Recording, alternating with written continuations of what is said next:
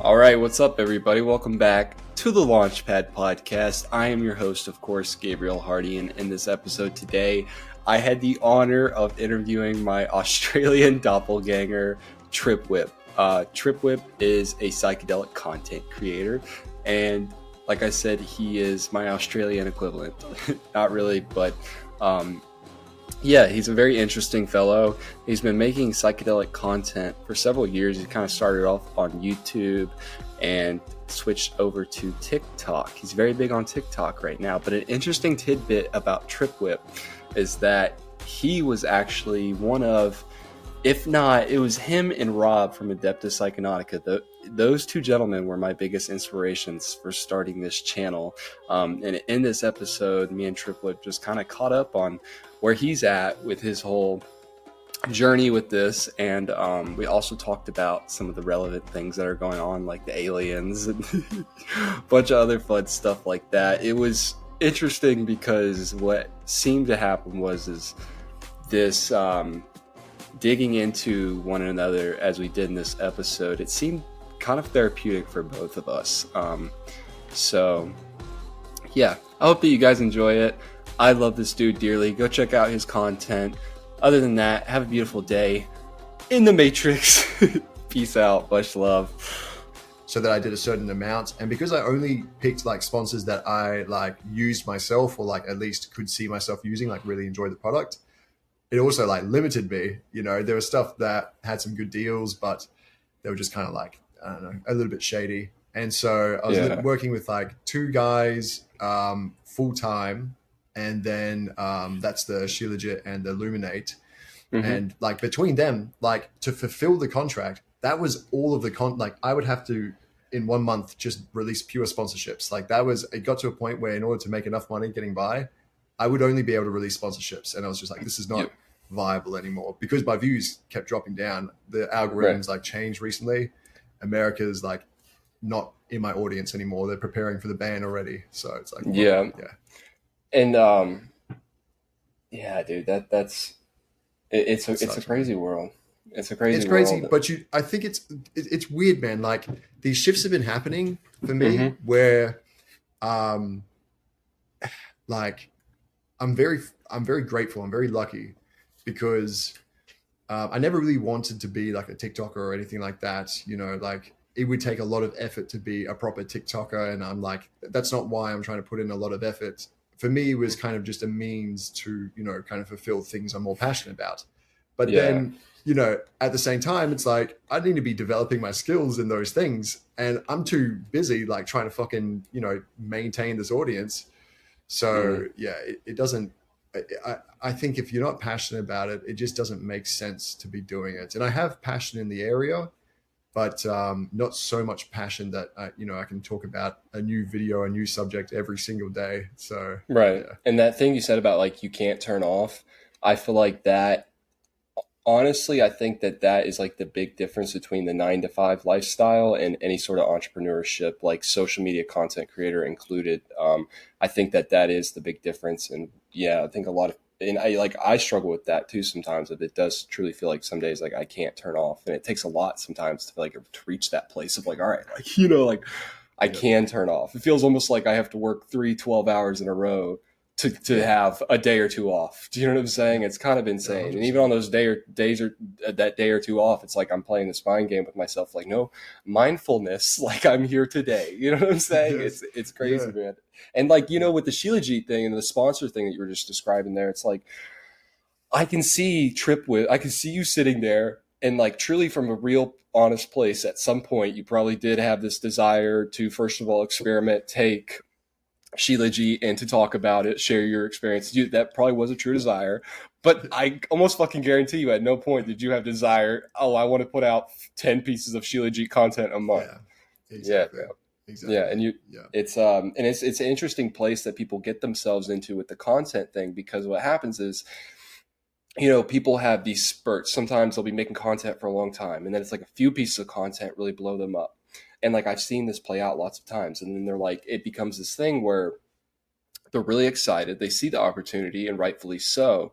And so they want to simultaneously capitalize on the opportunity while sort of retaining and nurturing these distribution channels that they've grown up over time, you know. Yeah. But it's really hard to strike that balance, I think, a lot. And part of it, I think, is because once you go full time, once your living truly depends on it, kind of like you're describing, it's like, oh, to make ends meet, like I can mathematically equate out how many pieces of Shilajit content I need to make each month. Yeah. Yeah, dude. And then it's like, and then it's also like, all right, say, you know, you're cross platforms, like you're on YouTube, TikTok, you have the Instagram, and on your YouTube, Instagram, they have decent sized followings of their own, but like your TikTok is like the big one and stuff, you know, and like you can Yeah. cross platform like that, but you know, there's so much that's out of your control too, like fucking ban that might be coming or is coming, and algorithm changes. And so, yeah, dude, I think that you in this really interesting way, and like I can see you dipping back into it and like do it. I don't think your story's done with it by any means, but I think what you're doing and saying here is somewhat noble. Like I think it is noble because there's, like I was saying earlier, there's this sensationalism around content creation and becoming a content creator. You know, and there is true. It can become a trap, I think. You know, not that it necessarily is for everybody. Right. Yeah. I mean, look, I think for me, I've always felt that at some point it was going to disappear. Like if they didn't do a TikTok ban, I was waiting for the day that my, profile was kind of banned anyway.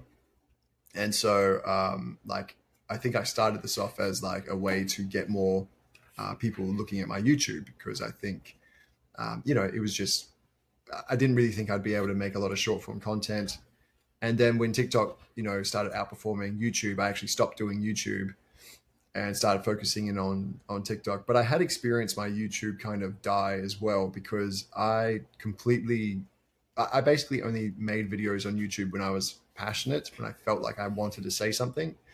And so, sometimes that would mean I didn't have anything to say for like 6 months. And then Yeah. I'd be like, oh, this is what I want to say. I And remember that, dude. Me and my roommate used to fucking we like if you dropped one, we'd be there. oh, back thanks, back bro. in the day, brother. Yeah, I remember those days. Yeah, I but appreciate continue, that. But please.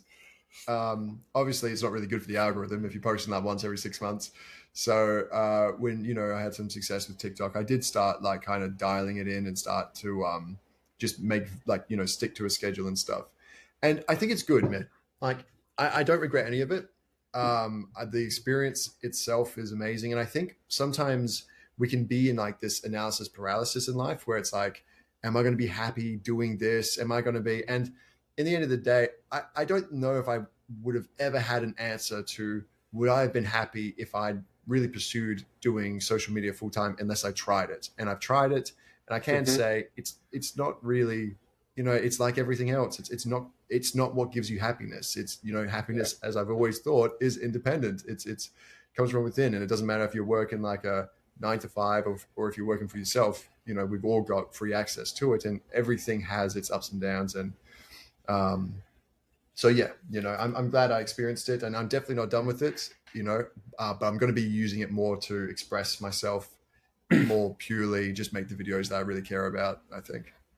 Yeah, yeah. Return back to those YouTube days of just raw creativity, expression. Yeah. Because ultimately, I've heard this said a lot, and I say it a lot, but I love this, and it's the opposite of depression is expression, and I think that that's I really like that. true. And I think what Mhm. happens a lot of times on the content creator journey and cycle and the hero's journey that a lot of us go through is like at first it's coming from this raw place of expression and creativity, and that's where people experience that initial upfront boom and success, and then over Right. time because of the money and other factors, external validation, likes, clicks, things, whatever, but Yeah. a lot of it is money. Let's be real. Human beings work off incentive structures, and because of the money it does something to people's creativity, and their expression within that medium, Yes. Yeah. but yeah, dude, so what is it you would say, like, that you're really passionate about? You talk a lot about psychedelics and your experiences and different things like that, man. But like, you know, are you thinking about some other line of work in that realm, or yeah, what are you thinking about, man? So psychedelics have impacted me so much that I feel like I can't really separate it from who I am. Yeah. Like wherever I go, like I'm going to be carrying psychedelics and all my experiences with me.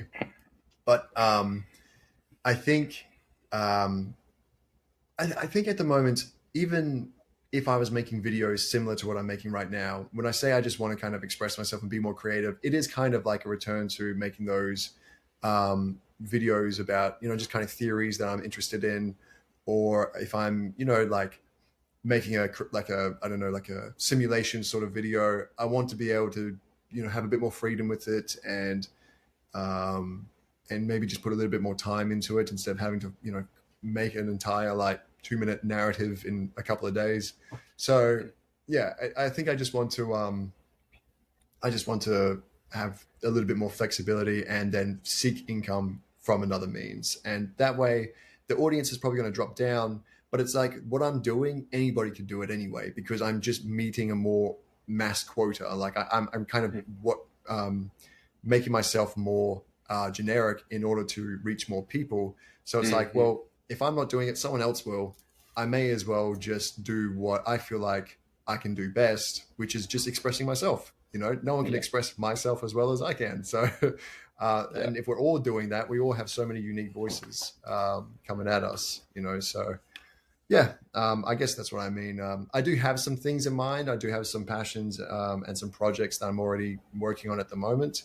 But I'll slowly kind of reveal those out online. I'll still be using social media to like plug my passion projects and stuff, Yeah, of and course. it'll still be stuff that I think, Rightfully so. yeah, I think the audience will be interested in it. I'm still going to Right. kind of stick to the niche. I am very much interested in psychedelics, and I just think psychedelics are like a label for. They kind of like it's just reality. You know what I mean? It's like literally just a hypersensitive mirror or something. It's like the first time you're just getting a bird's eye point of view on what the fuck is going on anyway, I feel like that word, like you were just saying, what people are trying to say is and describe is like a particular type of matrix of certain things coming together, right?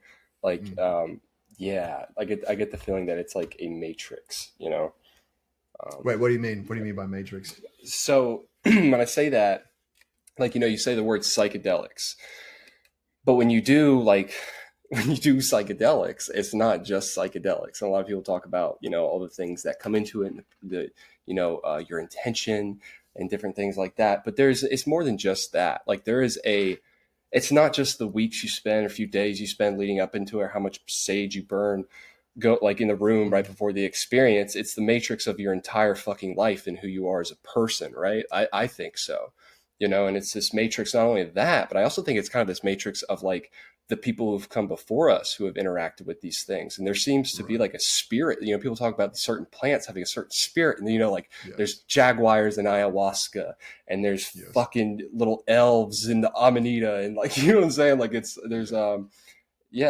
think that there's a certain kind of like matrix to them, and it's kind of like hard to articulate sometimes, but yeah, that word psychedelics or doing psychedelics, like we're trying to produce a certain like matrix, what we're like a nexus point of things. I get you now. I agree, and I think it's funny because with everything that's going on with UFOs and all that sort of stuff, I did find myself looking into the subject more, and that was the first thing I've written on my list to ask you about, which of course our conversation's already gone 20 other which ways, which I knew it would, but that is so funny because it's the first thing I've written down on my list, and unprompted, you come out here. I've been doing a lot of research on aliens. Oh, wicked. Oh, cool. That's perfect. Well, me too. It's just like struck me, like it's completely gripped me, and not because, I think not for the reasons I would have expected. It's because the alien abduction stories I've been reading are like, they're just reading like DMT trip reports, and it's kind of blowing my mind how similar they are. With like the messages received, how these aliens or entities manifest themselves, the feelings people go through. Like even, I mean, the one of the ones I was reading recently, the girl, I can't remember her name, but she found herself, meeting the 4 foot tall Greys who telepathically communicated to her, told her to hop on their ship. But once on the ship, they then like took her to this waiting room where she felt like she was being watched by unseen entities who were assessing her to ascertain whether or not she was prepared to pass to the next level. And once they kind of said, "Yep, she can pass," then they like generated an experience for her. This is all according to her, anyway. And she said they then like projected or manifested this. It wasn't a vision, but it was like she traveled to an alternate reality. And to get there, she first was shot down a tunnel.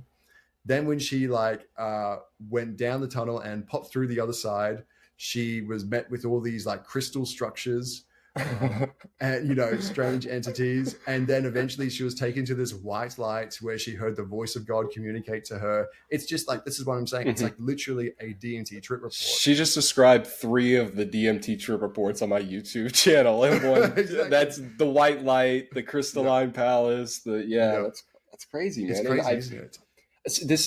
I've thought a lot about this. I've thought a lot about this in general, but I think here, as of late, and because I've been having this conversation with more people, because it's obviously super relevant. And I think that, so this is a very loaded statement that I'm about to make, and I feel like you and I are about to both have to unpack this a little bit, but I think that the aliens, and I think that it could be more than this, maybe I'm wrong, but I believe that the aliens, both, there's this sort of like intergalactic fleet and politics, interesting politics going on, and sort of interdimensionality to it as well too. And I think that that's why there's this massive correlation between these different states of consciousness and people seeing the aliens, and also the quote unquote alien encounters, the descriptions of them feeling like a lot of these altered states of consciousness. And when you think about like certain one thing that like I've tried to do, and I'm sure a lot of other human beings have tried to do this at some point in their life, is when you see some sort of animal or interacting with some sort of animal, you wonder what its experience is like and its perception. And there's certain types of creatures, living beings, who seem to be able to feel pain and like have family units and do things, but they don't have the same level of perception as us, right? Like if like a naked mole rat, like it can feel the ground beneath it. It can feel the fact that it's hungry. It can, it seems like a living being. I don't know what the consciousness is like, but I think there's some sort of consciousness there, and it's different than mine, very different, radically different, one that I probably can't even as a human fully understand. You know what I'm saying? What it's like to be that. And also an aspect of that is that the naked mole rat, given certain parameters and circumstances, it probably doesn't always know I'm there, can't perceive the same world that I'm perceiving up around it. You know what I mean? Right. And, I get the feeling sometimes that like maybe like with the aliens, like this is sort of like the phenomenon that is going on is they are here, they have been here. Again, I say quote unquote aliens, but they have been here, but our level of perception, our normal level of perception, isn't designed to really be able to see them or perceive them. And that's why, due to whether it be lack of sleep, high dose of psychedelics, getting struck by lightning, whatever the fuck happened. There's so many different ways that people report seeing them, and reasons, and sleep too. Dreams is a big one. But yeah, I think that there's both kind of like interdimensionality to it, and the possibility of like some really interesting sort of intergalactic politics, because when you think about what we do, right, as a country, so think about some of these like second and third world countries, what we do. We are kind of like these in this really, and I'm not going to pretend like I fully understand it, because I've attempted to many times, and I'm just going to humbly say it's not within this life path, I think, for me. I think I can brush up against the perception of geopolitics, but like geopolitics to me seems like this massive game of 5D chess, like truly like 5D chess. People joke about that with Donald Trump or whatever, but like that word 5D chess, like I think it's true when it comes to politics. And there's these we do these things with like second and third world countries that, for better, for worse, we're to some of them, we're kind of like their overlord daddies. You know what I'm saying? And I don't say that in a derogatory sense. I really don't. It's just, truly the way that global politics is played out, that does happen. And sometimes there is even a nurturing that can go on there, where countries that are further advanced can help nurture other countries along. There's also instances where countries are taken advantage of. You know what I'm saying? Sure. And it would not surprise me if there was a similar sort of thing going on intergalactically with our planet. But yeah, that was a lot to throw at you, dude. Tell me what you think. I like, here's the thing, man. the more I'm reading, the scarier it gets for me to like take it literally, because it's too convincing. You know what I mean? They're all pointing to like the same narrative, which is like this intergalactic federation, I think they call it. And there are like different species, and according to a lot of these different abduction stories, there's these different species that are living amongst us in the same way that I think Joe Rogan made the comparison where, I can't remember who it was, maybe it was Joe Rogan, but in the same way that we sometimes chuck on a panda suit and just chill out amongst pandas, because that for them is a lot more like calming and relaxing. And when we humans see the panda suit next to the real panda, it looks ridiculous because it's obvious to us, but to the pandas, they can't tell. In the same way, apparently these aliens are chucking on this like human suit, walking amongst us, and we have no idea. And in my early trips, I saw things that were similar to this. Now, this is what I've heard from a few trip reports, but when I hear it, I do think it's like people always interpret the messages they receive differently, but you can see kind of similarities between a lot of the different alien abduction messages and trip reports, the messages that we've received from entities. You can see a lot of similarities that could just be different simply because of the interpretation of the person receiving the message. In the same way, like you see a lot of overarching themes and religion and stuff. Yeah. So like for me, when I was having my psychedelic trip, I did get the sense that this was one of my first acid trips ever, and I saw these like white ghost-like entities hovering behind people, and they were like communicating to one another through people. And the sense that I was getting was that we're literally something like flesh vehicles, and it's this it's by their existence that we have this self-awareness, and there's this whole hidden language going on between this higher form of thinking. It's like there's you mean like a secret language, like secret language almost. It's something like that. And keep in mind, this is all interpretation, all just how it seems as I'm tripping, or at least this is how I've interpreted it after the trip. It's very hard to like explain it when you're going through it, as you know. And also I'm just kind of sharing what it's like in the moment. I'm not saying what's real and what's not real. I just want to put that out there. But I think the sense I was getting was that these beings have this kind of awareness that's beyond time. Like they don't even belong to our like our linear time reality. And they in the same way we can interact with the third dimension, they can interact with time. They can, change different events, cause what we would refer to as synchronicity. That's like their fingerprints of them kind of, putting things together. So those are sort of the themes I've gotten from my psychedelic trips, obviously being, on an operating table, being operated on by these entities. It's very similar to other abduction stories. That chick that I was talking about before, one of the things she said was that she felt the aliens didn't exist to her time reality, that they didn't belong to, she didn't say linear time, but she said something like they existed in a different space time. So I do feel that if these are the same things, that this intergalactic federation thing, it could be many different things, man. And it's hard for me to say what it is, because I don't know how real reality is. I think when I hear these things, I think to myself, it reminds me more of like a Lovecraftian sort of reality. It makes me feel like what's happening here is we're getting in touch with this higher dimensional force, and we are having to interpret it through a narrative that makes sense to us. And so in that way, we actually experience these things on a drug, or we experience these things while we're asleep, or we're getting abducted by aliens. These are just like narratives that fit within how we have structured our life. I feel, had we been raised differently in like a more spiritual tribe or something, we would probably just be like, I don't know, saying, oh, the stars are talking to me, and they're telling me X, Y, and Z. We would just kind of not see aliens or an intergalactic federation, we'd be receiving something different, I feel. Yeah. I That think makes all sense. these things, I think all of these things, man, have been, once again, this is, it's not that I stand by these things that I'm about to express with conviction. It's just kind of what I'm intuitively spitting out right now. Yeah, of course, But man.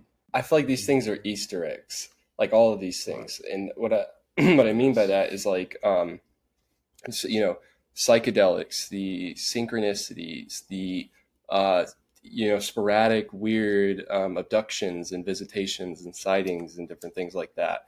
I really get the sense that they're kind of like Easter eggs. And that thing you said about, I think one of the things you said in there reminded me of the Terrence McKenna quote where he said, if you were the creator and you wanted to leave yourself Easter eggs, and you built this game where part of the game built in amnesic effect of your true nature, and you wanted to leave yourself Easter eggs to remind yourself of that true nature, what better messenger than a chemical messenger, dude? And like, I think that's sort of what dreams and psychedelics are in a way, it's Yes. like the chemical messenger, Yep.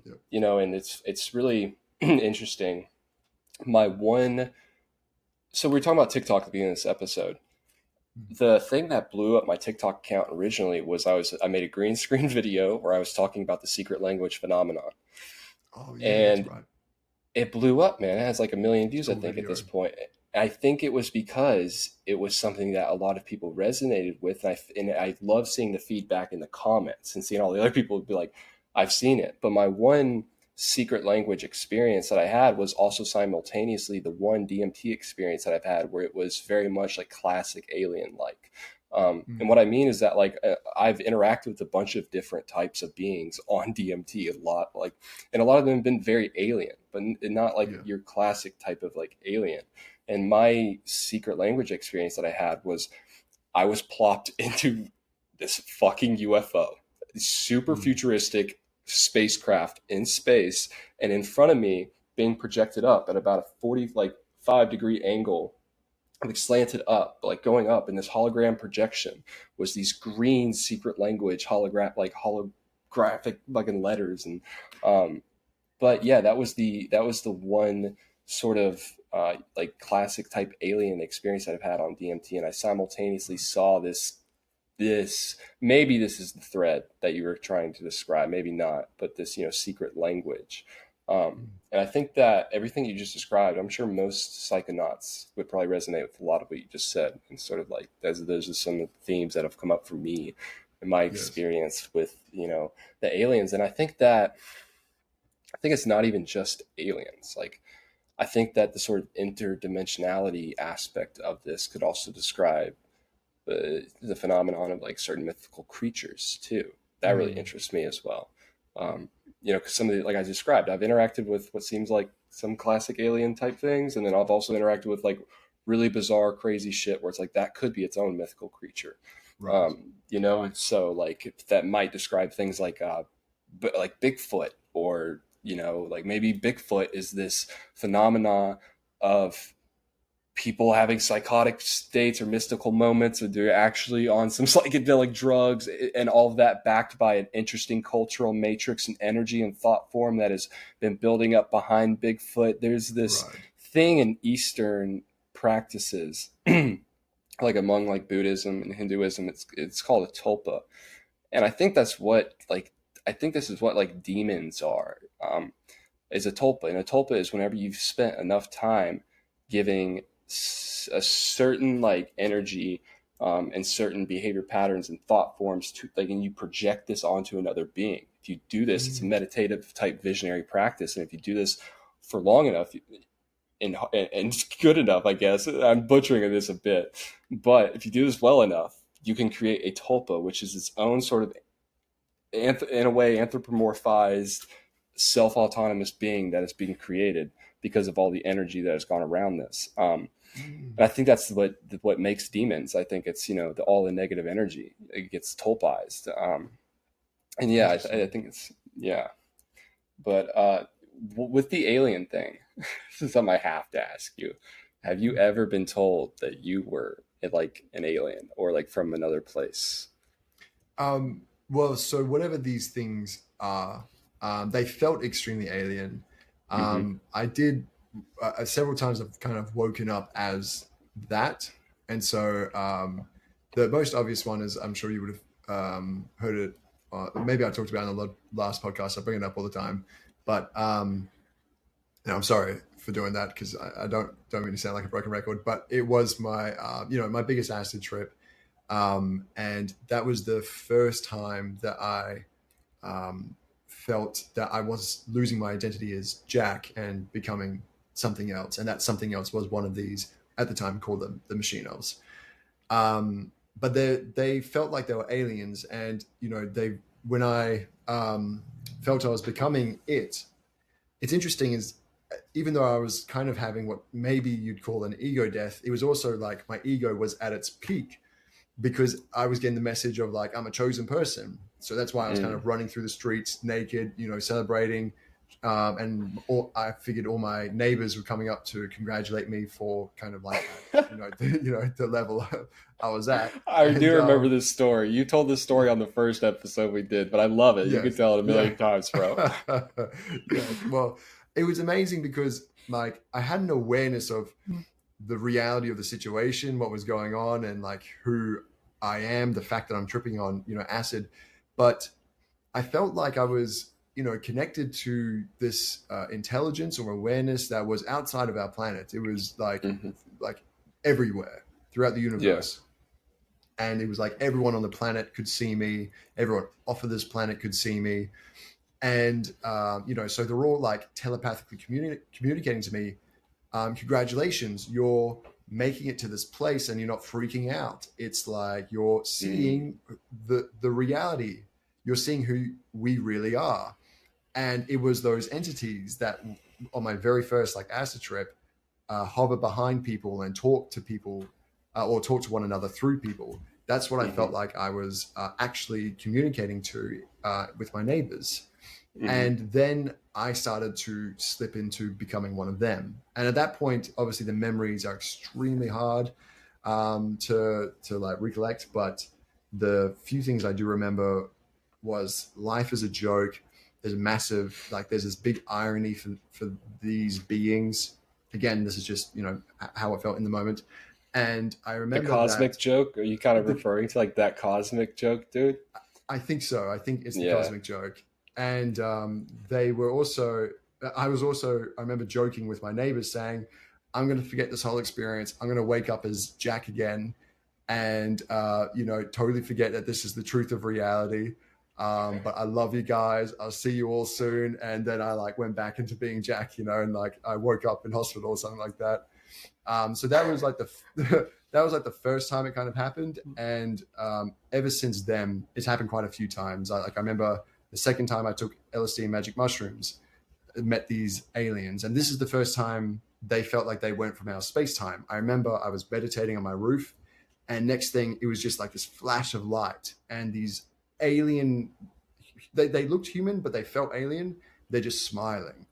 And they seem to be outside of our time. And they asked me, if you're open to it, we can show you some things.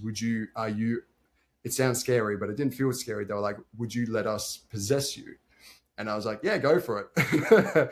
And then, I remember it felt like my thoughts weren't mine anymore. And they were like, just stare at the place between your vision.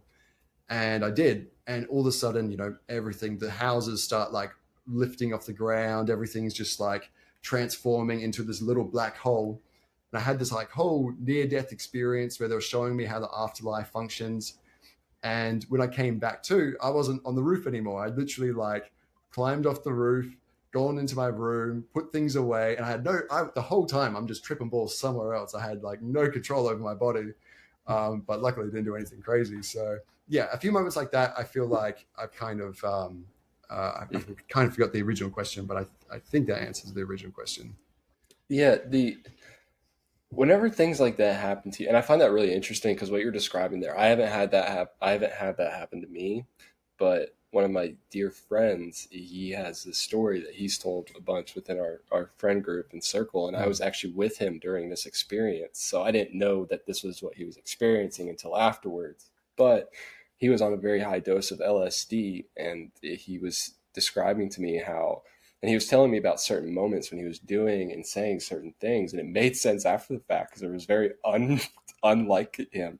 Yeah. Um, but yeah, he had invited in, he was interacting with these spirits, and so they like he was, the way he described it to me was like halfway possessed in this way. Like he Right. was still somewhat there, Hmm. but so loaded question. You can shut it down if you want to, but what did they show you about the afterlife? Yeah, so I made a full video about it back in the day on YouTube, but I think it was something. God, it's going way back, but I do remember um, they. I went with them, and I was in this like ethereal like soul form. That's how we were like traveling, and apparently like memories were wormholes into different moments in time. And Hmm. each time I was self-aware, it was because when I was died, once I've died, I'm like traveling through my memories and recollecting my life. And in those moments of recollecting my life, when I'm watching my life back, that's actually me being self-aware, like in the moment. It takes me like after I've died to look at myself from another time Uh-huh. to be self-aware. It's very Have hard you to ever explain, seen but Interstellar? Have you ever I seen have. Yeah. Interstellar? Yes. Yes. Yeah, you Yes. remember It's how he's very, leaving yeah, himself? Yeah. Yeah, I was having this exactly. conversation the other day with one of my dear friends, my business partner, and we're talking about dissociatives, right? Yeah. And because dissociatives seem to offer this sort of interesting potential and simultaneous trap for people. And Mm, mostly talking about ketamine, but there's other dissociatives out there and stuff. But yeah. um, it does sometimes feel a bit, it can feel a bit like you're kind of like solving something or figuring out some sort of like problem in the universe. Mm. I forget exactly how I was tying this into what you were talking about. It was the aliens. That like showing me self-awareness is a product of Yeah. something. Oh, okay. Yeah. Yeah. And you're talking about the like the self awareness being this thing where it's really you observing it from this like maybe the afterlife or whatever. Something like that. Yeah. But dude, like I've had these moments, and it's so hard to put into words. I'm gonna attempt to, but I've had these moments on ketamine, and ketamine in particular, really high Mm. doses, where it's felt like in this weird way I solved this thing within the universe that, and I completely I Right. understand that physiologically with ketamine there's a measurable sort of afterglow. There's a rebalancing of neurotransmitters, things like that. But when I've had these experiences, man, like I've had high dose ketamine experiences where I didn't really solve it in the same way, and it wasn't as therapeutic afterwards. Like I truly, and it's like, Oh yeah. Yeah. Totally. yeah, yeah. And so like, Yeah. what I'm trying to describe with the ketamine thing is that it feels like it offers you access to this weird sliver of the universe Mm. where, and I'm not saying that's what you're doing, but there's this feeling that you have, that you can have this weird butterfly effect on life. And people Mm. talk about this current moment that me and you are experiencing right now talking together, right? Like we could tell ourselves, this is what we currently have told ourselves, that this moment is happening because I DM'd you on Instagram, and like because we talked a year ago and we're buddies, and things like that. And like that is true. But also, like, how do we know that when it comes to the Yeah. past in general? The past could all just be an alchemization of certain things to make the current moment make sense. That's Yes. quantum. That's like a big part of like quantum theory, different quantum theories and stuff. But yeah, and so what you're describing about self awareness, I can see that. I can see that. And maybe it's your higher self, it's your spirit. People talk about your intuition. But Yeah. yeah. Yeah. It's look. I mean, this is the thing: is you're seeing these experiences, and we've got such a limited language to translate it. At least I do, because especially when I was having these trips, I wasn't reading any spiritual books or anything like that. So it's like my understanding of what I was seeing had to, be filtered through how I saw life already. So, I remember I used to feel that these beings were aliens, but that they were also my ancestors. But they weren't just my ancestors; they were like what I'd call future ancestors, which, Mm-hmm. by definition, it doesn't make sense. But it's Yeah. because in reflection, I can probably guess that's because they didn't feel like they belonged to our linear time, So therefore, it was like something that was close to me, familiar to me, in essence, who I am, but not bound to this time frame. It was the Hmm. part that's connected to me that isn't bound to linear time perception. So it's like over time I translate it differently, but unfortunately, once you have the experience, so much of it is affected by your interpretation as well. Like you're going to remember it how you made sense of it. And I noticed this with a lot of my trips. As I started learning more, my trips seem to be more vivid and showing me more detail, but I don't think it's really the case. I think it's just that I was remembering more, or interpreting it in a specific way, and therefore it felt like I was having a more vivid and expansive trip. So that's the thing. I'd be very interested now if I had a DMT trip, what it would be like. But yeah. Yeah, yeah. Because when's the last time that you've done that? Well, like a deep DMT trip, it was a long time ago. I had the last time I met entities on DMT would have been like um, maybe a year ago, maybe a little bit over a year ago. But it wasn't like a very intense trip. It wasn't like an ego death or anything like that. But it was still, yeah, that was probably the first time as well in years that I'd had like a DMT trip where I'd met entities. So it's been a long time. It's been a long time. Yeah, yeah. And I've always found that people go through these interesting cycles in relationship with it, especially like the really high dose, mysterious tremendum. There's very few individuals that I've met who like get on this doing that regularly and then stick with that for a very long period of time. There's usually like Yeah, times where they take breaks or they're just like generally cool off for a very long time. There's something that yeah, happens in there. You know what I mean? Because for some reason, people feel there's this cycle that I've noticed. People feel extremely drawn to it at first, and there's a lot of heavy experimentation. Like that's not everybody. It's not sort, but dude, the most people I've met, like who are definitely, really into this definitely. shit, like that's their stories. Like I got really into it, was doing it a lot. Nowadays, I don't do it as Yeah, much, but I still do it. You know what I'm saying? yeah, It's this yeah. interesting. Why and why do you think that is? Um, oh man, that's a hard one to answer. Mm-hmm. I mean, for me, I guess best guess, you're just curious. Like, at least in Mm-hmm. my case, I was massively curious, and also, often a lot of us aren't satisfied with the life we've created for ourselves or the life that's been created for us. Yes. We feel like that there's should be more meaning in life. And when we have our first psychedelic experience, we're like, whoa, this is so beyond what I, could have ever imagined possible. Um, that this is going to open up my reality. This is going to paint a new picture. And maybe, just maybe, this is going to give me the meaning I've been looking for. Mm-hmm. Maybe this is going to restructure the reality that was created for me that I'm not satisfied with. Mm-hmm. And for me, that's definitely what happened. And the reality it created is one that was far more beautiful than I could have ever imagined. And once I felt settled in this reality, once I felt like, okay, I've kind of the main things I wanted answered have been answered. I've got so many more questions, but the main thing that I really wanted in the beginning was a new meaning, a newfound meaning in life. And I felt like I found that. And once I found that, I never had a bad trip that scared me away, but the motivation, the drive to keep experimenting wasn't quite there. And I was like, let me find this meaning now in this reality without these substances, just for now, and then maybe I'll come back to them to give more meaning or whatever. But right now, I just want to be able to really integrate that so I can understand it in a very deep way. Mm-hmm. Um, so yeah, what about yourself? Yeah. Well, yeah, I was just having a very interest. I was having an interesting conversation with Micropreneur recently. He came on the podcast, and we were talking about this particular sort of cycle. And one thing that you see is a lot of people who do a lot of these things. Um, they feel this desire and drive, and I think part of it is the certain economy of things right now. But they feel this drive become a thought leader of sorts and to have influence and things like that and to make a career out of this particular field, right? To be involved in psychedelics. You see that a lot. People who are really moved and their life is changed by psychedelics, a lot of them want to get heavily involved with the industry in some sort of way. What were What you you going mean, like before they take psychedelics, or once they've taken psychedelics, they start to wanting to do that? once they've taken them. Once they've taken Sure. them and they've had the very moving, my life has changed better.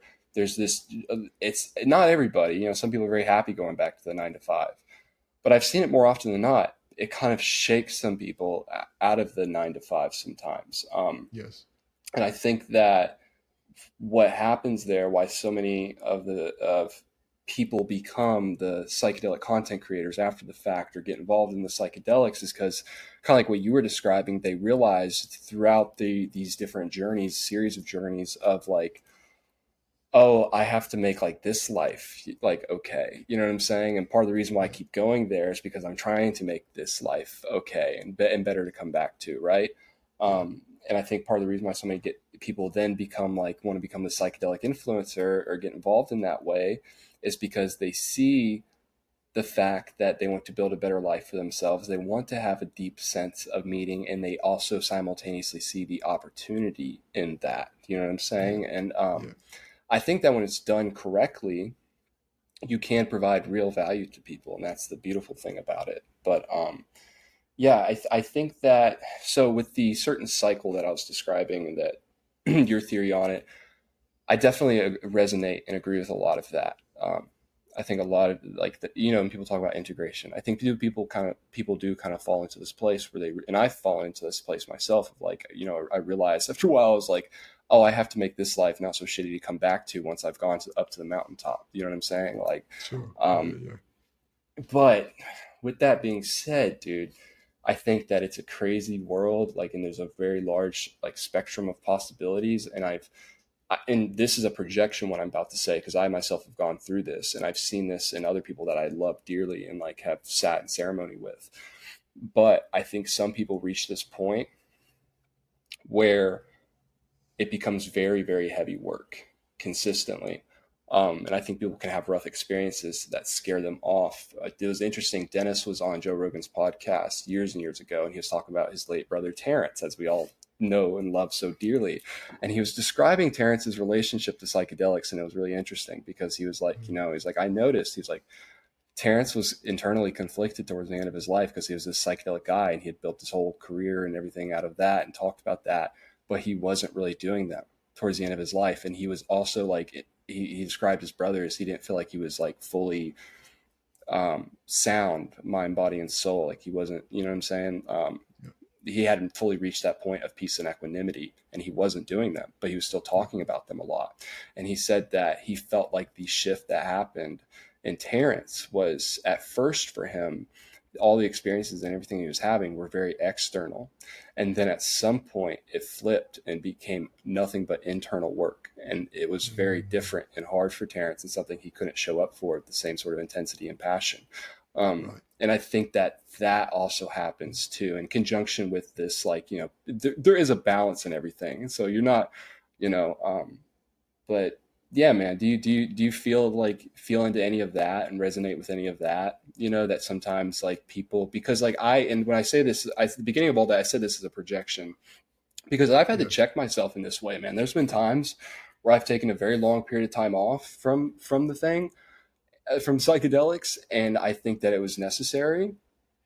Definitely times where I needed to integrate things, but there's been times where I took a long period of time off and like I was in because I knew that next experience, I'm unpacking this and that, and I'm fully feeling this, and like Right. and sometimes Yes. you don't even know Yeah. exactly. Yeah. Sometimes you don't even know exactly what it is, but you can tell it's like this next one is going to be big, like Yeah. yeah, and it's just. And I hope in no way do you feel like, because I love you dearly, but let's be real, man. Me and you kind of just kind of are getting to understand and know each other and stuff. So I hope you in no way feel like I'm trying to project this onto you. I'm surely, because I don't know if that's happening or what's going on with you in any sense, but like that's definitely something that I've gone through and I've seen other people go Wait. through What? with What? this. What is it? You're worried I'd be feeling you're projecting onto me? This this feeling of not doing or not having done it in a long time based out of fear. Yeah. Oh no. Well, I mean, Yeah. projection are not as accurate because for me, I resonate actually completely with the last feeling that I felt like I was going to have to deal with something big, and I was actually really like pleasantly surprised. So my girlfriend wanted to trip. So I guess actually my last trip where I met entities wasn't that long ago. It's actually probably a couple of months now. But my poor girlfriend wanted to have a mushroom trip, and she made the mistake of asking me to trip with her. Now I'm I'm like. TripWhip. You're TripWhip, dude. You have to trip with it. I know, but the problem is like I'm a good sober trip sitter, but when I Yeah. trip, I'm just so used to solo tripping. I never trip, like I hardly ever trip with other people. When I did, it was people I could trust that I could just let go and fucking kind of get freaky on it. And so my poor girlfriend, having her first trip ever, super sensitive to everything, and she handled it like a champion. But I asked her for 1 second. I was like, do you mind if I just lie down, have a meditation? It's not really kicking in very strong. And I hadn't meditated on psychs for so long, and I basically took a big hit of, I won't say it because I don't want your channel to get taken down, but what's the safe way you can refer to it on YouTube? Deemsters? Deemsters? No, Or it wasn't. No, like the super lights. Like okay, lettuce, right? lettuce, Yeah, right? lettuce. Yeah, lettuce. Okay. Yeah. I know it's so stupid. I can't believe it, but yeah.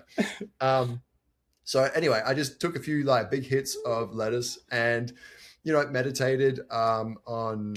No, it was like maybe 3 grams of mushrooms at most. And then next thing, the fucking bro, they're so freaky, and it was just I hadn't seen them for so long, and they're just like they're like alien, but they feel human, but I don't know how the fuck they look. They look so weird. I couldn't explain it, but it was like they were just there, and they're like, "Welcome back," and let me do this, and they were just fucking freaky, bro. It's like that. It's like that one friend from high school you have who it's like we could not see each other for 17 years, and like the day we see each other, it's like nothing, no time has passed. Exactly. That's how the entities are, bro. Exactly. Yeah. And I felt with this one, it was like they were so.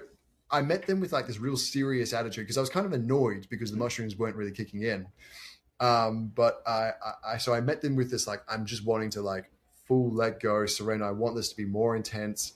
I kept saying to the visuals I was seeing like more intense, and eventually they appeared, and big chunk of my memories missing, but I took some voice notes, and immediately I like opened up, told my girlfriend, I was like, holy shit, like that was terrifying but awesome. And I'm just like telling her everything that I've just seen. She's on her first mushroom trip of all time, just looking at me just like freaked out. I was like, do you mind if I just take some voice notes? I'll be like a couple of minutes.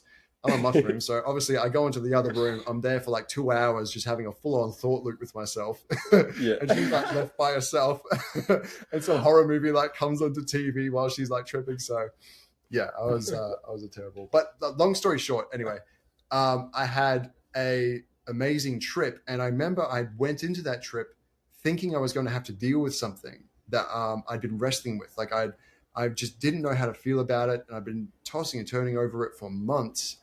And I was really afraid to trip because I thought when that comes up, that's going to like be a bad trip just waiting to happen. But it turned out like everything I'd been thinking while sober, that's just the same stuff that came up while I was tripping. And I think what it is when you hide something from yourself, you're forced to confront it on psychedelics. Psychedelics will force you to see what's going on beneath the surface. But if you're sober and you're trying your best to be honest with yourself, then chances are, when you're met with the psychedelic, you're probably relatively familiar with the things that are going to be coming up. So I'm definitely less afraid now. And I do want to jump back in, to be honest, because my last encounter with those entities, it gets my chest fluttering, man. Like just thinking about the encounter with them. Like I'm just like, it's so exciting, Yeah. But no, anyway, sorry, that was a massive ramble, massive rant. You're right. I do resonate, and I am afraid to trip again. And I think that I think it's like to some degree, there's always going to be at least a tinge of fear, but I think that fear can be reworded as like respect, right? Sure. But yeah, so yourself, do you feel like afraid to trip? And if you are afraid, like, what is it you feel that like you're afraid of? Where's that fear coming from? I don't think not at this point, but definitely at points I have had fear going into certain ones, and I think it comes back to what I was describing earlier about like there's this entire matrix that goes into the experience, right? And I think that I think like yes, having good Mm. intentions, that's cleaning your house, I think it's so important, man. But I think ultimately when it fucking comes down to is how do you live your life, like day to day, Yeah, and then yeah. that's what's going to come through in the experience, and yeah, I've had times where I've been nervous about going into ceremony, you know what I mean? But it's been this Hmm. like intuitive, like I know this will be beneficial for me, but also like this is going to Mm. be a painful process. Mm. Yeah, What yeah, and what what drives you to that then? Like knowing it's going to be mhm. painful, you know, it's the what takes you trans there? it's this radical transmutation of that negative energy, right? Of that fear, of that nervousness, and it's this. Um, I've described like within those experiences, especially like serotonergic psychedelics. There's almost every single time, reliably for me, this hero's journey plays out. This little mini hero's journey. We're on the come up. There's these like certain things, and there's this point where it's like this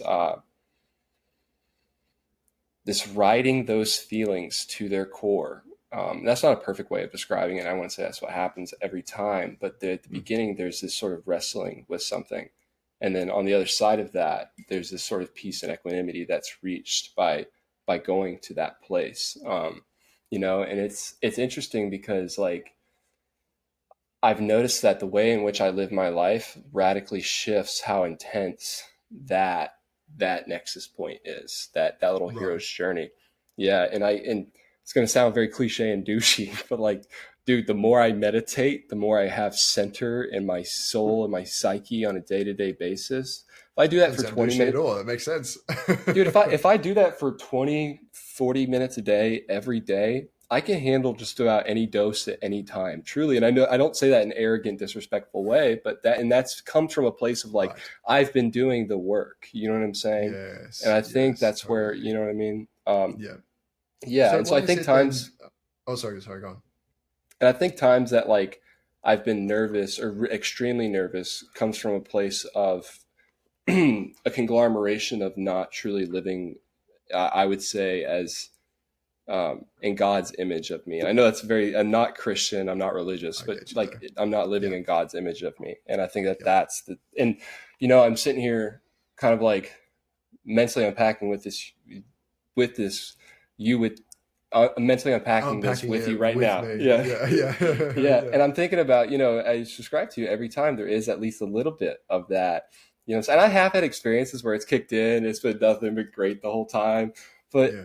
there always is, even no matter how much work I've been doing, dude, there always is at least a little bit of like, there's this like settling with something at the beginning of the Yes. experience. And I don't know if it's, I think part of that is sort of due to like the physiological effects that are happening within the body. I think that is part of it, but I definitely do think that there's this sort of um, like a psycho spiritual element to that as well too. Um, yeah, Yeah, yeah, it's hard to say. It's hard to say. What were you always like? Was there always that tinge of fear, like when you were beginning your trips? Did you have it? no, No, no, exactly. Neither. no, Yeah. yeah, and it's kind of comes back to this conversation we were having earlier about this pattern that I've seen others go through and myself go through. But yeah, I'm sitting here thinking about it. Those and there definitely was harrowing, tough experiences, hero journeys at the beginning. But the beginning, dude, of my psychedelic days, I could take acid 2 days a week, and you know what I'm saying? Like I could just Of be course. fine, and there wasn't Yeah. like it was really, but it was kind of like the Terrence McKenna thing. At first, it was, dude, like so much of it was like external. Don't get me wrong, I had feelings of, oh, that I moved through this and Yeah. things, but man, I'm telling No, you, you're right. most of it was about the aliens. Most of it was about like, hey, you're a godly being, and here's and like, but Yes. over time, it became like Yes. looking deeply at those internal things. Yeah, Yes. and that can be I think. painful, Yeah. man. You're completely right. I think that's what the shift was for me because I've been wanting to know as well, and I think that's what it was. It started external, and I think it was in the days when it was rewriting my reality. It was so exciting. I knew that's what I had to do. That's what I had to commit myself to, and it was only up from there. I was just like, every day I woke up, I couldn't wait until my next, trip. I couldn't wait till my Me next too, entity dude. encounter. But then eventually it's like, it's not that the messages necessarily repeat. Like there's definitely, they do repeat, but there's still so much mystery there that I need to unpack Mhm. and understand. It's more like as I was kind of saying before, that the central meaning is defined, and at that point it's like, okay, that's when the you start to bring your version of who you are during the trip into your sober self, into your sober reality. At least that's how Mhm. it felt for me. Yeah. All of a sudden I'm having these psychedelic experiences while sober, not necessarily, tripping out and seeing visuals on the wall, but, having a one-on-one conversation with someone and all of a sudden feeling like I'm not talking to, your ego and this isn't my ego talking. I feel like I'm this thing again. And I feel like we're, getting in touch with this godliness. Like, so those sort of things happen when you're sober. And so you just start to kind of realize that this beautiful divine world, that's actually where all your feelings and emotions belong. That's where they are, that's where they come from. So then you start to deal with them while you're sober, and you start to deal with them in the trip. For me, the trips have really just kind of painted the scenery around me differently, but what's going on inside is more or less the same these days. It's like emotions are enhanced, there's freaky entity encounters happening, but then it's still me. And I think that's a good sign. I think it's a good sign when that happens, because it shows you've probably integrated your trips into your Hmm. sober reality a lot. If you felt Yeah. like there was a separation between the two, chances are you're still in that process of integration. Yeah, I get this feeling that it's both that, what you were just describing, Yeah. and and I guess what I'm speaking to here is definitely subjective. It has to be, but I get Mm, this sense that there is this evolving with it, right? Because like as a mm, person, um, and as human beings, we're always changing, and life yeah. is always hhappening, and I truly get this sense, kind of like you were saying, while there is certain messages that are repeated, there's always, I feel like, more to be learned. You know what I'm saying? Yeah. And there's a balance with that. Of course, I don't need to be taking acid 2 days a week to learn these things or whatever, to evolve with it. But I do get the feeling that there's always more to be learned. I also get the feeling of, you know, some messages are good to repeat. Like I've had some Yes. messages repeat that I think have been good. Like, and That's so true. there's some messages where it's like I don't know if I can ever hear that one enough. You know what I Yes. mean? Like, Definitely. yeah. And so I really get the sense that there's a balance of both integration. I get this for myself. There's this balance of both like integration, but then also like if I can't show up for it, there's a reason. You know what I'm saying? And that Yes. like that, Yeah. yeah. And Yeah. I think that so. Yeah, yeah. I think there is a big difference between not wanting to do it because you don't feel like it, and not doing it because like that fear is stopping you. And often when that Hmm. fear is stopping you, you can't explain why, and that shows you that it's, something has taken a hold of you that's completely like in your shadow, that's completely out of sight, that knows it will be like obliterated as soon as Hmm. you touch that psychedelic, as soon as you get clarity of vision, and it does not want you to have that clarity of vision. Hmm. That happens, and I think that's happened to me a few times, definitely. And then sometimes I've thought it's happened and it hasn't, and it's almost been disappointing, because it's like, I come from a background of taking psychedelics and having these revelations, as everybody who loves psychedelics, that's their background. Hmm. And so I kind of began, whenever I had a problem that I couldn't figure out while sober, that's okay, I'll just take a psychedelic, meditate, and I'll figure it out. And so when I would feel that fear, I was like, yes, good. This means that something that's wrong in my life is about to be exposed. And sometimes it would be. Sometimes like, well, sometimes it was a lot more painful than expected. But uh, most of the time it wasn't obliterated. Most of the time it was just like, actually, you're doing your best, and just kind of that's great, man. Just keep doing that. Stop being so hard on yourself. But more Yeah. or less, like everything's going fine. Like you're doing what you're meant to be doing. Just keep doing it.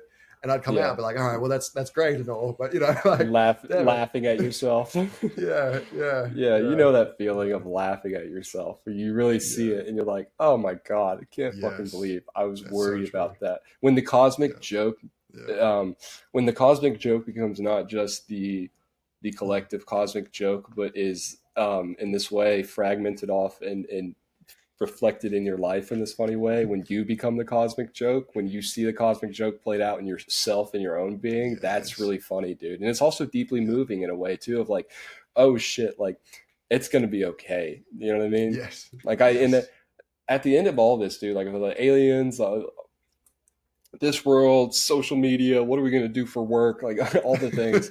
I really, and I don't know if you get this sense too, man, but from the conglomeration of all of these experiences that I have, and I tell people this that I love, like, and I tell them like I mean this, like I truly get this feeling that it's gonna be okay, yeah, that me we are too. in this way loved like children, and not. It sounds weird, but like the way in which like I, the way in which I love my son is very much in this way of like this like true admiration of like the fullness of him, and there isn't a thing he could do that would make me like, dude, he could kill somebody and I'm gonna help him fucking hide the body. Of course we're gonna have a really crazy conversation afterwards, but like Yeah, that's the I get level at it. which I love this little fucker. And I Yeah, truly get the feeling that God, the universe, whatever, maybe the aliens, that they love us in that way too. And I don't know, yeah. dude, have you gotten a similar message?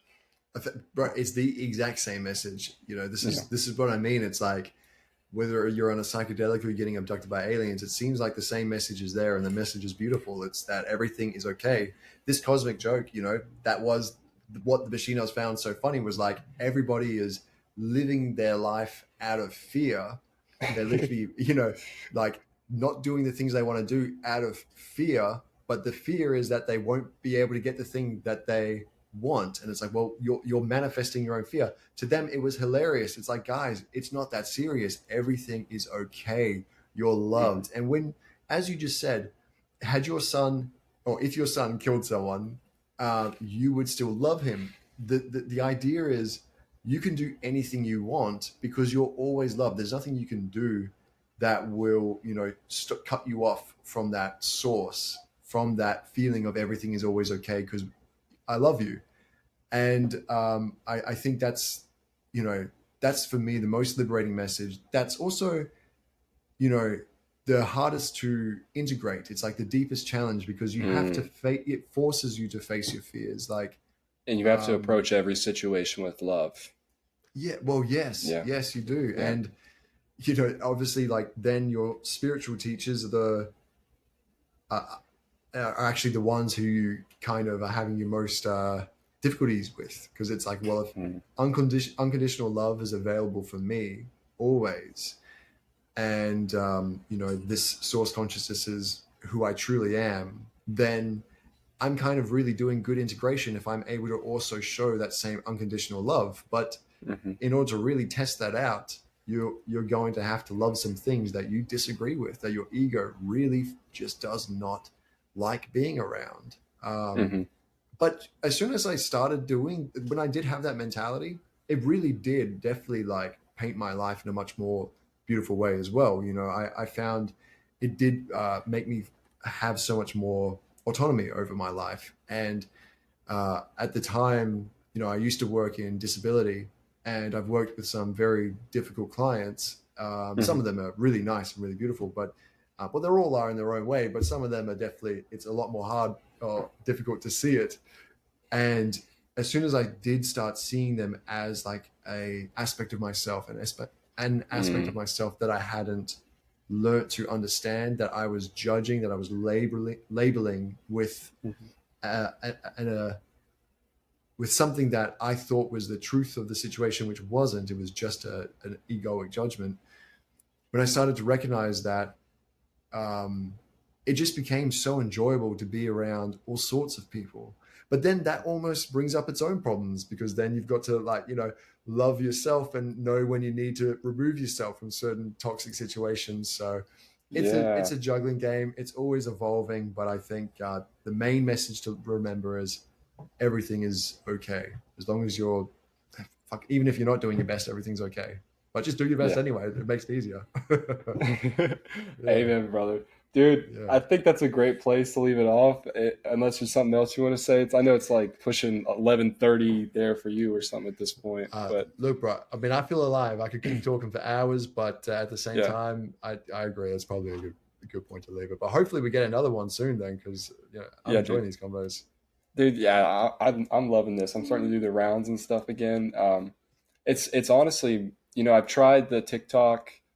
I've tried like the email it. Like I've tried a few things, dude. I think this is my favorite medium. Is just having like another person who I enjoy talking to and having a long conversation with them. I do enjoy making a YouTube video every now and then, like a nice like YouTube video project. I like having one of those on the back burner and kind of nurturing that. I like that process, but this is like probably my favorite, Yes, yeah. No, I agree. I think I'm probably going to go back to doing more podcasts and more like just passionate YouTube projects because it's the best. Especially like this convo, bro. I feel like it's like it's probably been terrible to listen to, because so many of the concepts I've had, they're kind of on the tip of my tongue, but they're new to me. It's something that I'm kind of going through right now. It's a big transition, a lot of growth, and understanding my place with psychedelics. It is, as you're saying, it's something that I used to do a lot. I built my identity online around it, and yet it's something I'm like not doing. Like I'm not tripping often at all these days. It's like, how do I navigate life like that? Where is psychedelics in my life? So, everything we're talking about, it's kind of new to me, all of this. Yeah, let me tell you, man, there's something about you that from the very beginning people have resonated with. And I think the fact that you're very honest about this and willing to kind of put down the sword a little bit. Like I said, you'll still obviously be around doing things, but putting down the sword a little bit, I think that's another level of vulnerability and honesty that people will probably resonate with. So, I yeah, appreciate dude, I that, think, man. yeah, dude. Yeah, for sure, man. But yeah, man, we're going to have a bunch more podcasts together if you want to start doing more podcasts because you are my Australian doppelganger. So I know. makes It's awesome, bro. It's awesome. dude, Tyler cannot get enough of that shit. We like laugh like the way that me and you just laugh, dude. Me and Tyler have to laugh like that every time we talk. He's always calling you my Australian doppelganger. It is wild. It is wild. But I think oh man, I'm so excited for like this group chat to finally like catch up in person, man. Something like that has to happen. Yeah, Tyler's really big on something in 2025, and Michaela has been saying stuff about it. Jake said he's down. Yeah, I mean, I would love to. I think that would be very powerful. They've shown, I'm sure you've seen this, but like group meditation, bro, can have like these real world effects, like energetic effects, and they don't know how to describe it, but there's some freaky correlation with that, and I think all of us coming together with our matrix and backlog of just being involved and then coming together finally like that. Can you imagine doing like a live stream and it's just like us just all silent? Like, that might be like the inflection point in which like the aliens do just like touch down. They're like, all right, y'all did it. You know what I'm saying? Yeah, man. All right, well, is there anything else you want to say to the audience before we head out of here? That's it. Happy New Year. Merry Christmas, everybody. Yeah. Much love, everybody. Peace. Yeah.